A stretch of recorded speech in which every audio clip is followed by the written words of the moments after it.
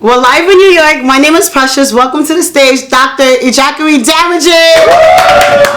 Welcome to the show. My name is Dr. Damages. We're coming to you from the greatest city in the world. New York City! Yes. New York City is so great. It's great. That for the 17th time, 17? we remembered those who died during the Al Qaeda attack on New York City. Oh, 9/11. The 9/11 World Trade Center. You know? Yeah. Yeah. 17 times. As usual, we read out the names of all the victims. Take a look. J. Howard Bolton, Francisco Eligio Bordier, Thomas Harold Bowden Jr., Donna M.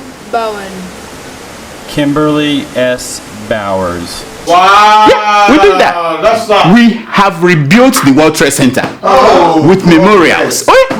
Saying never to forget. Never. This is how serious people remember things that happen to them. Oh. No, And did you see the Twin Tower one? The two of them. And this is how they remember things that happen to them. And the resolve never to let it happen again. Wow. That's dedication. Listen, you don't sweep it under the carpet and hope that it will disappear. That's seriousness. That your wound will heal. No, that's seriousness. Now, for those of you who are less than 20, you may not know when you air travelers don't have to remove their shoes to enter the plane. I know. They don't know that. They don't recall. Things have changed. Now, how many memorials do we have in Africa? Does Congo have memorials for the Katanga crisis? Hey! No, they don't. No. Does Zimbabwe have memorials for Ndebele massacre? No, they don't. No. Does Nigeria have any for the Biafra-Nigeria war? No. You see, that our ancestors said that those who cannot remember the past are condemned to repeat it. Yes. That's true. What does that tell you about countries like Rwanda that have invested in building memorials to remember their 1994 genocide? They are the ones who have learned something from bad situations. From history. Yeah, from history. Now, talking of bad situations, we have often talked about bad actors in Africa. And we usually think about people like Paul Biya of Cameroon, Yoweri Museveni of Uganda, and the man in Burundi, what's his name again? Pierre Nkurunziza. Aman Nkurunziza. But there is a new kid on the block. He's sitting pretty on the southern border of Uganda. He is the Tanzanian president, John Magufuli. You have to know him. Yes, I know. Magufuli. Magufuli means a man who is full of it. Like megafully. Yeah, exactly. When we say full of it, we mean that thing that Donald Trump, that made Trump call Africans shit. Yeah, he's full of it. He's full of it. Now, Tanzanian President John Magufuli last week urged women in his country to stop using birth control. He said that Tanzania needs more people. He called women who have 1 or 2 children lazy. He said those women did not want to work hard and feed a large family. Wow. Yep, you had me right. By the way, how many children does Magufuli have? Do we know? How many? 3. Hey! Lazy bastard. The man is a lazy bastard.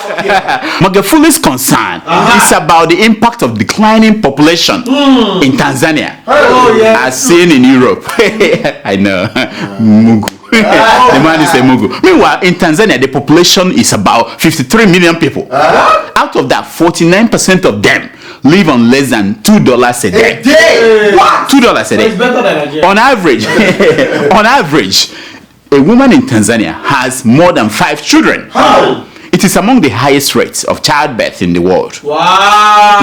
Now, Magufuli is definitely full of it. Mr. John. Because Tanzania's health system covers only 4 children per family, not 5, and definitely not 10. Wait.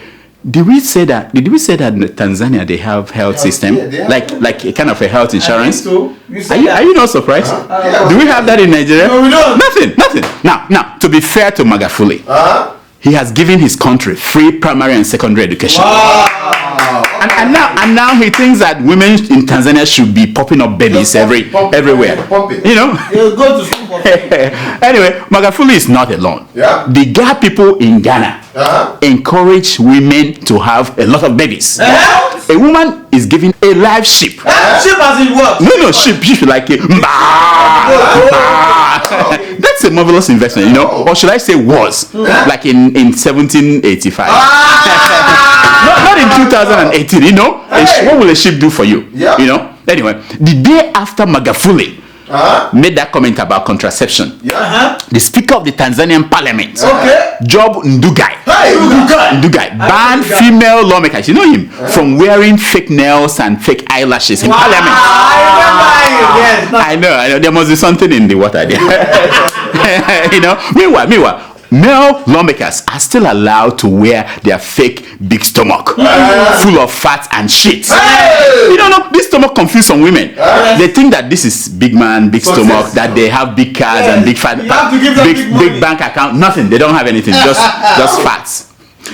Anyway, nonsense. The speaker, Mr. Ndugai, told the BBC, Focus on Africa, that the ban was because of health reasons. Now he did not explain the health reasons. Now, as a doctor, I can tell you why.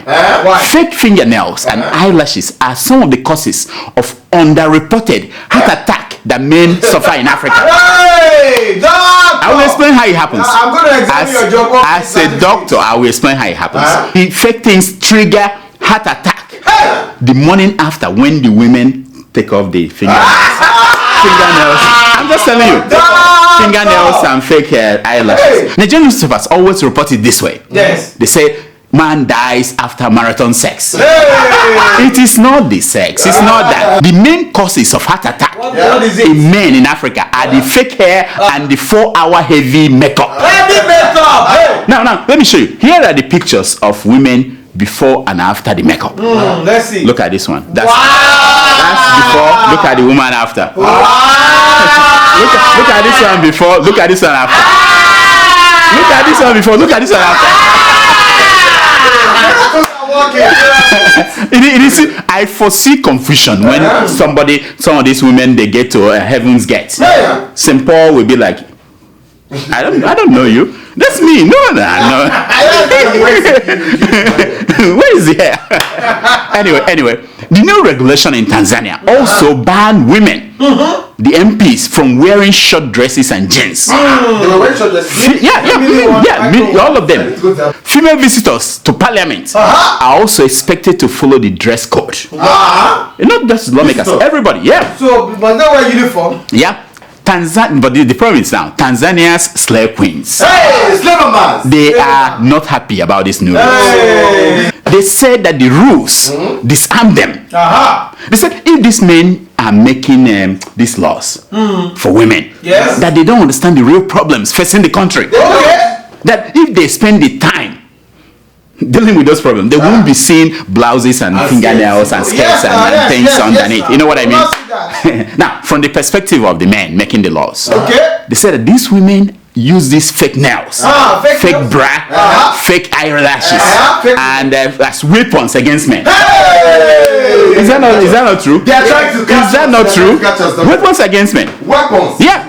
Now, the real failure here is the failure of men to bulletproof themselves from whatever weapons women's choice of dressing is shooting their way. You know what they can do? Look away.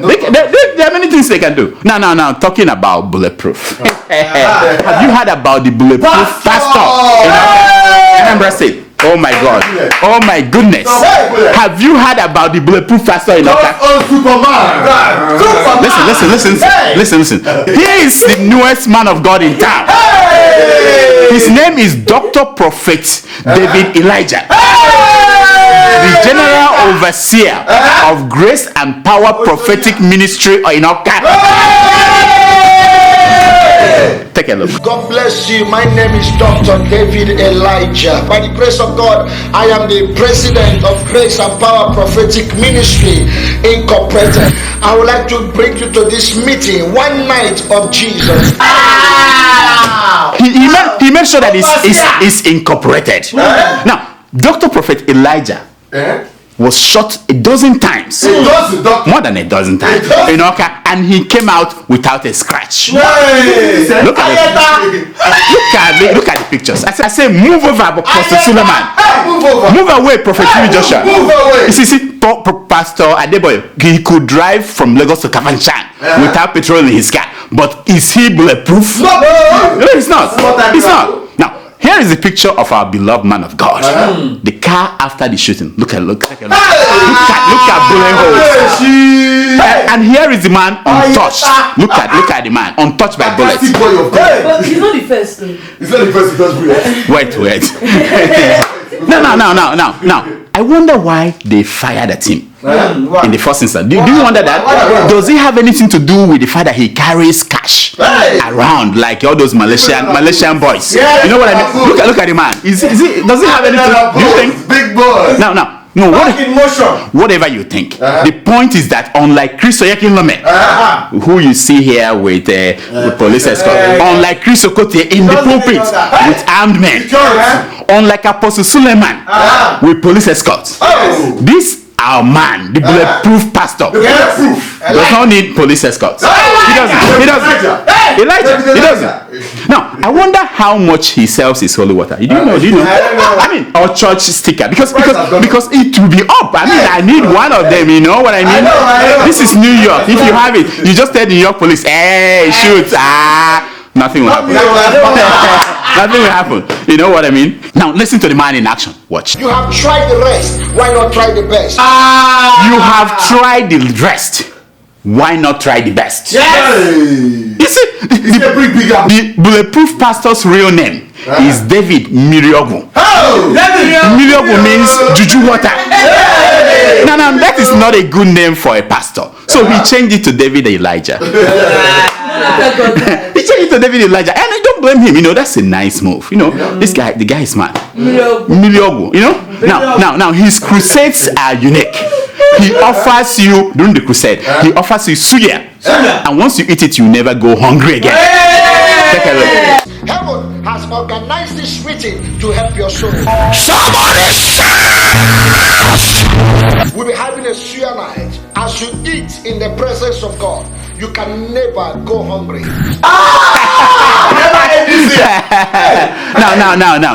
Now, Dr. Prophet Elijah dropped out of secondary school. Just like Bill Gates, Mark Zuckerberg, and Prophet TV Joshua. You know, most genius. And following that trend, he was given a doctorate degree by the voices in his head. I mean, to make it look good. Now, over the years, he has performed numerous miracles, including this one is unique. He making his congregation bleed after he used his blessed white handkerchief to wipe their faces. I wonder why they need to bleed. You know what I mean? Now, I understand that the police in Anambra State are doubting the pastor's reports about the shooting. They called it high mischief. Now there is mischief and there is high mischief. They call it high mischief. You know, this doubting Thomases.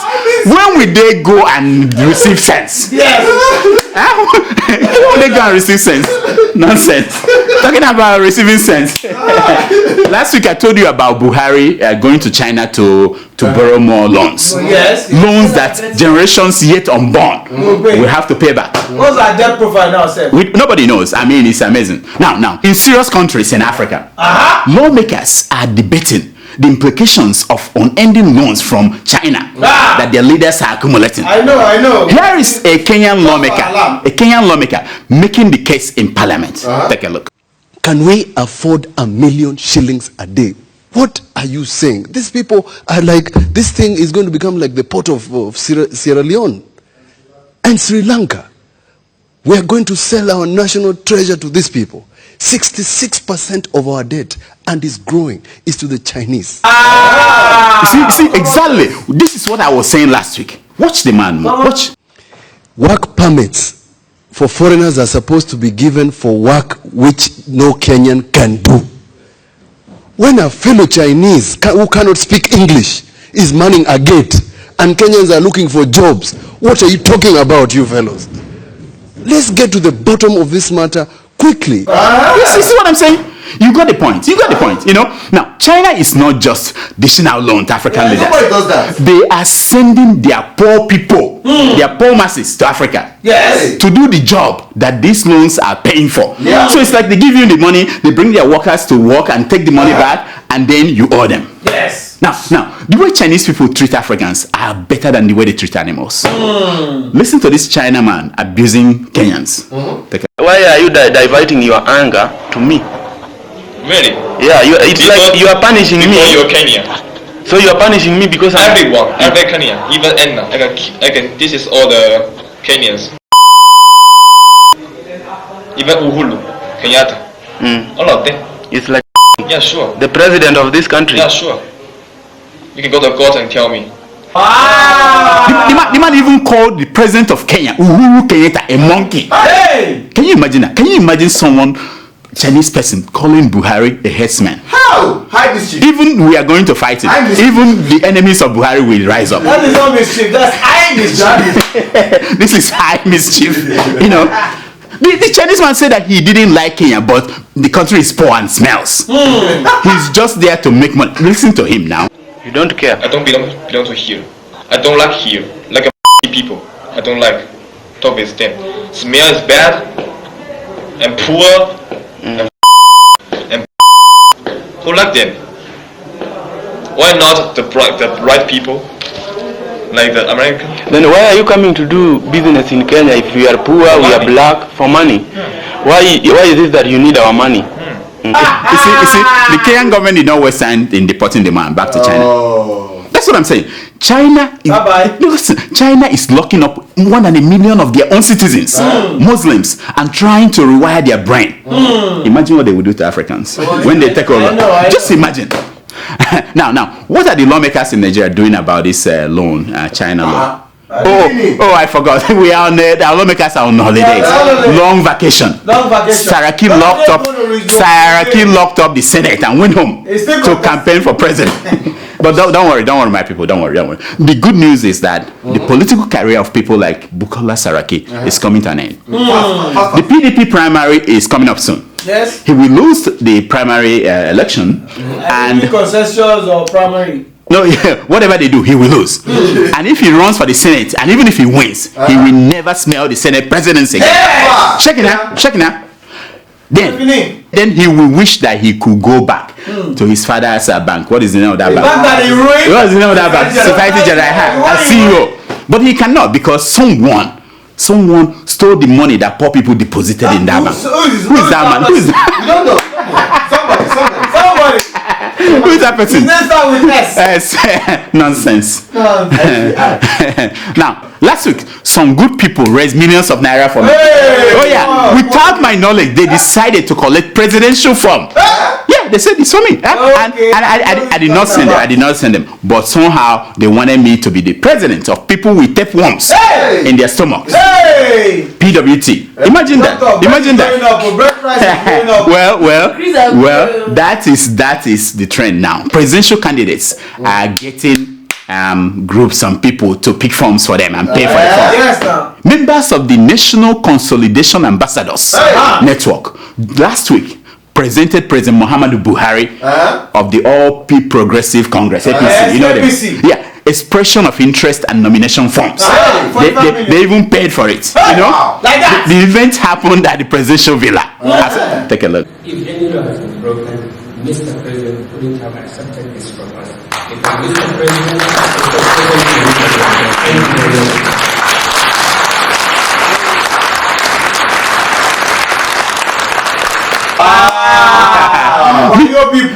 Meanwhile, Governor El Rufai of Kaduna State, he also cried that he could not afford the nomination form to recontest for governor of Kaduna State. Look at the headline. I don't have 20 million in my account to buy from, except if I sell my house. You even have your house? Yeah. Your son's account. He doesn't have 20 million naira to buy from.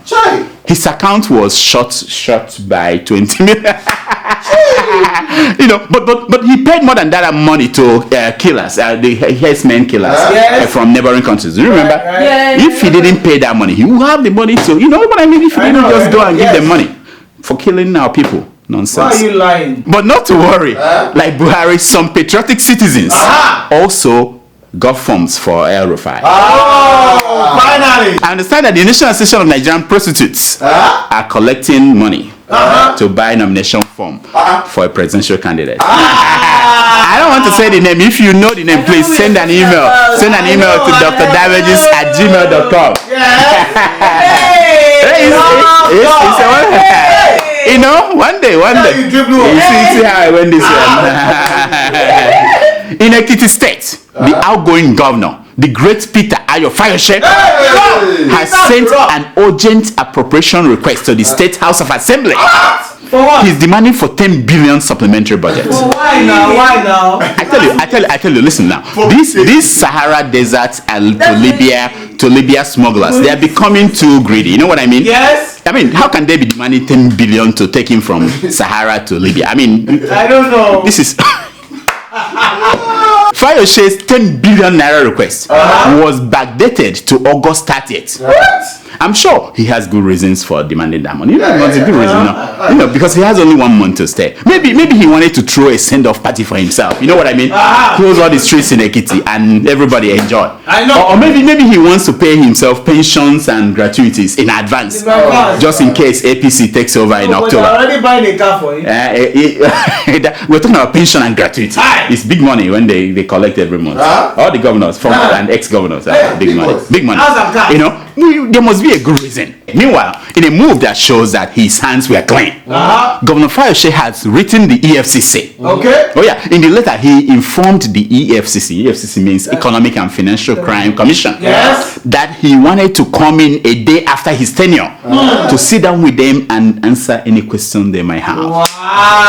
You know, this is what I'm talking about. Look at the tweets. You know what I mean? This is the outgoing governor. Nobody does anything like that. Yes, now. They say he's a saint. Didn't Tony Montana do the same thing in Scarface? Tony Montana, there's something like that in Scarface, you know? Nonsense. Here are some stories making headline news across Nigerian newspapers this week.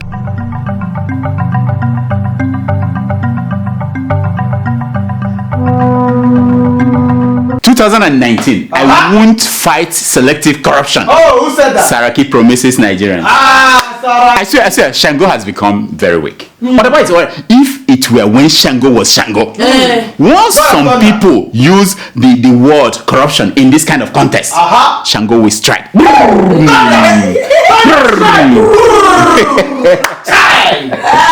Terrible nonsense.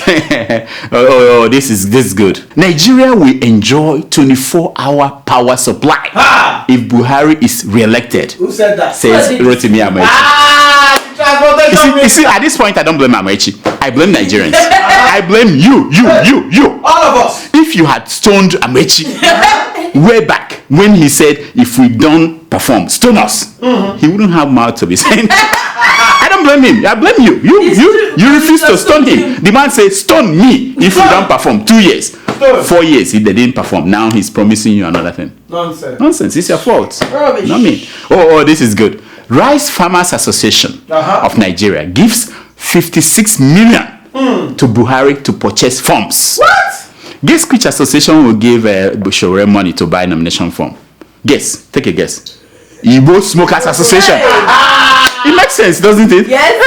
I mean, I'm joining the. But he doesn't smoke. The committee. But he's promoting their business. No, he's not promoting their business. What are you talking about? It's not. I've already registered as an import and export license. I applied. You know? No? It's not necessary. So my money is gone. Government business.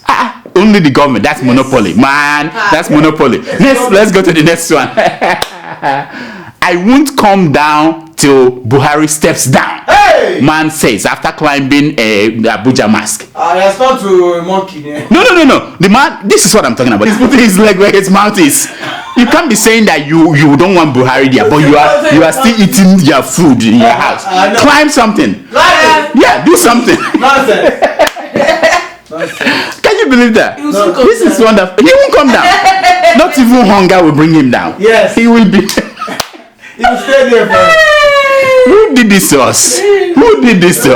Africans. I don't know.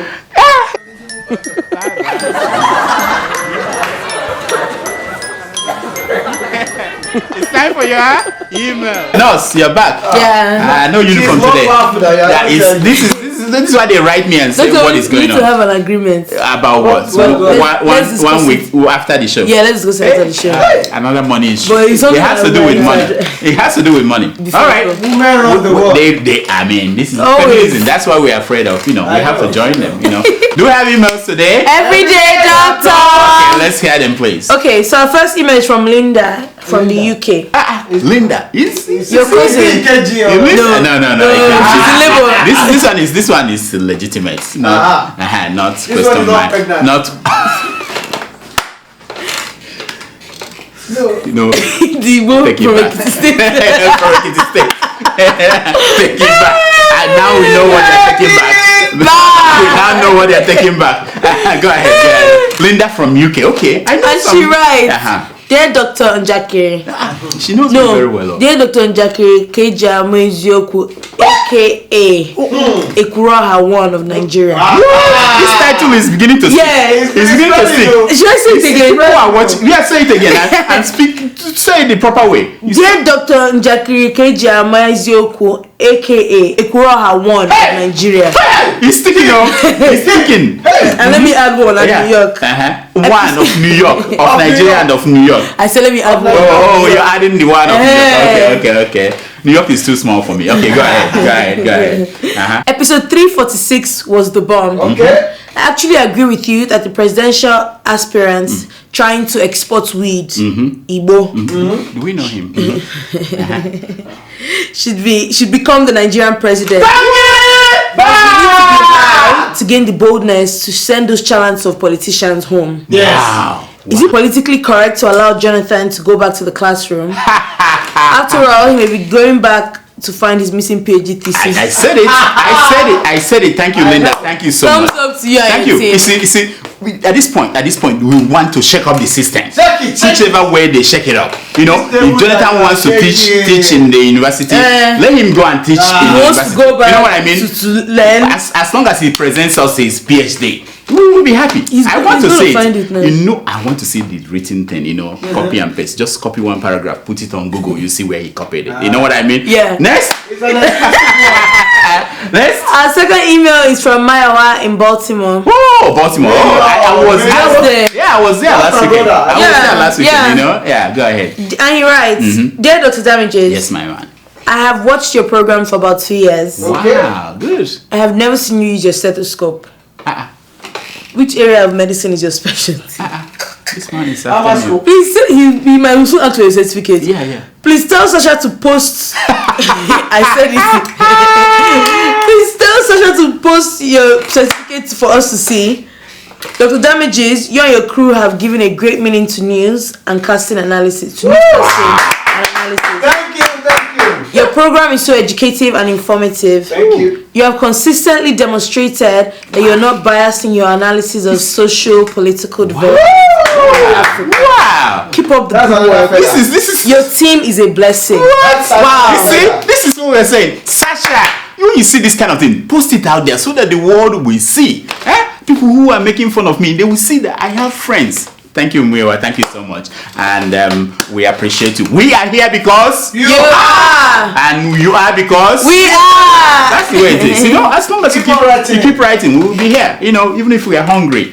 And we are looking for a checks. Puff that didn't work today. Next. Our third email is from Mama Sasha. Mama Sasha. From Namibia. All the way from Namibia. You see, people are watching everywhere. Come on, let me hear that. Dear Dr. Damages, yes, I'm a huge fan of your show. Wow, thank you. Please, can you show us Sasha's face? Sasha. You see, we did that before, Sasha. No, Sasha will not do this. What's the other name of the other producer? What's his name? That Ike. Can you show Sasha? Just show the picture so that they will see Sasha. Yeah, thank you. She hasn't finished it. Oh, it's not finished. Okay. My daughter's name is also Sasha. What? All Sashas are special. Wow. So please, no one can take Sasha's place, not even your Aisha. Make sure you read my email. We read your email. Thank you so much for writing. They will show show Sasha, please. Sasha! This is Sasha. All right. That's all the time we have for emails. Please keep sending your emails to Dr. Damages at gmail.com. Follow us on Twitter at Dr. Damages. And on Instagram at Dr. Damages. Now here is my concern for today. It's taken from page 419 of the book America the America by Hazat Khan. And it says, some people look for a beautiful place. Okay. Others make a place beautiful. Wow. That is deep. That is so deep. Until next week, I'm Dr. Damages. I diagnose. You heal yourself.